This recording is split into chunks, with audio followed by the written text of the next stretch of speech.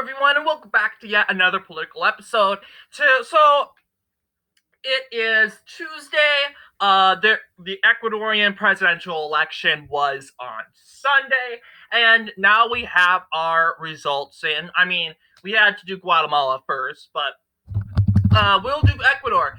Unlike Guatemala, this election remained pretty close. And it's kind of interesting too, because Ecuador is technically more a liberal country. It is technically a swing country that swings back and forth between the right and the left. However, we are seeing it more recently, this country going more to the said left. And including it being a shocker to everyone, since technically Ecuador is, Guatemala is the most right-wing country in North America. So, or I should say conservative. So this is what it's looking like so far. Well, this is what the current map status is.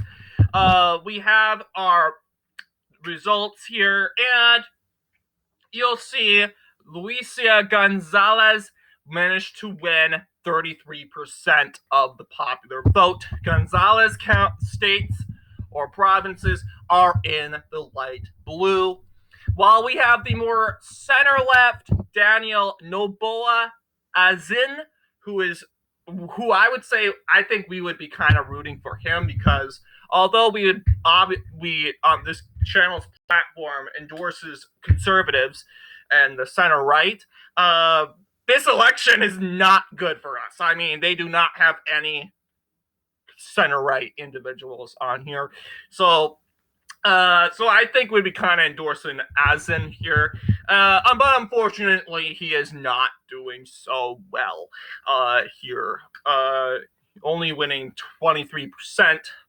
Let's see, 9% of the margin for Gonzalez here.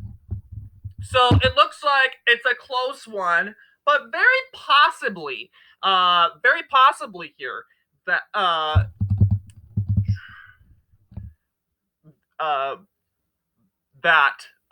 Daniel Noboa, I think that's your name. Yes, Daniel Noboa could possibly win.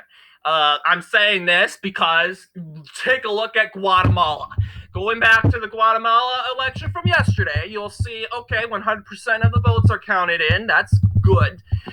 You'll see in the first round, look at the first round results here. You'll see Sandra Torres managed to win by just a little bit ahead of Bernardo Arevalo, who managed to succeed in approaching the general election.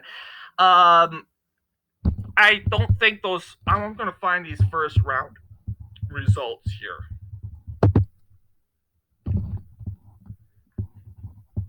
Yeah, you'll see, yes, it's been up and down. You'll see even, there's Castillo. Yeah, it's kind of crazy. But yeah, Sandra Torres managed to win 20% of the popular votes. Bernardo Arevalo managed to win 15%. So, yes, technically, the more center National Unity of Hope Party managed to win by 5 points. So you think, oh, so Torres would probably win, right? No, not necessarily. Because what we're seeing here is all these left-wing parties down on the bottom, they're going to go and support Arevo, who comes from the left-wing Samila party, which is more center-left. And that resulted to a landslide for Arevalo. I don't know what happened in Guatemala that made Arevalo such a big news story, so popular. Apparently Torres lost in 2019 too. She apparently lost a bigger time in 2020 23. So very possible that conservatives could possibly win again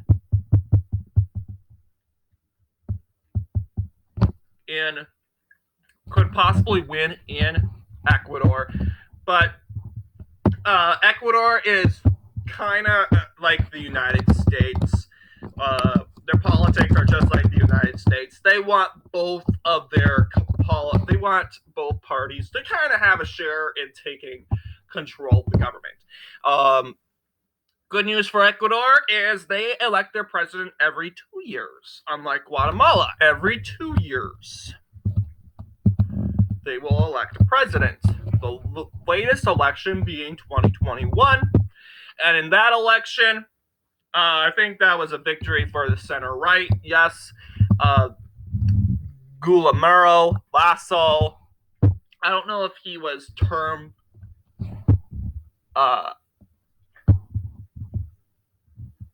yes, President Lasso was eligible for a second term, but he had announced on May 18th that he would not stand for re-election.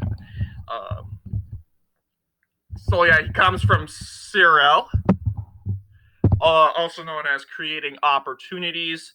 That is a center-right political party.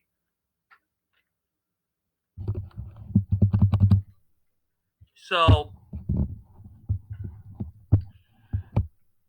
center-right, you'll see 52%, 47%. So let's kind of take a look. Yeah, it seems. And then we go here. Lenin Moreno. And yeah, you'll see it. No wonder President Lasso didn't run for re-election, because Lasso put all his time and energy in running in the 2017 election. Actually, hang on. 2017, 2021, I guess they don't elect their president every. Depends. When doesn't have any link for the next election. So, yeah, 2017, yeah, he put all his time and energy, but eventually the left-wing Pays Alliance managed to win.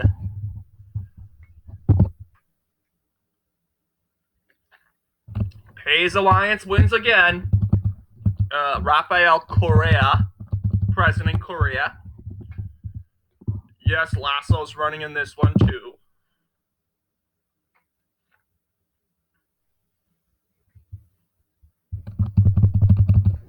Same deal.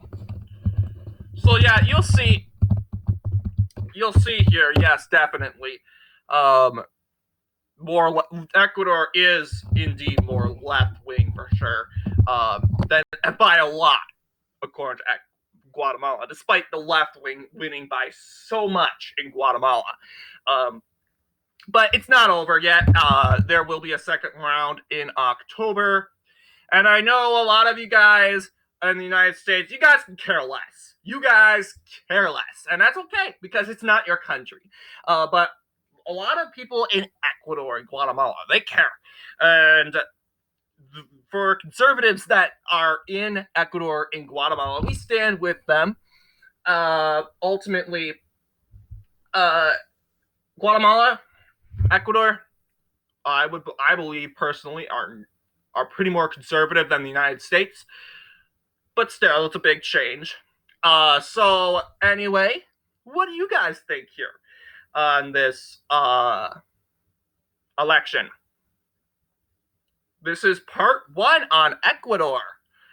Anyway, thank you all for watching, and I'll see you guys all in the next political episode.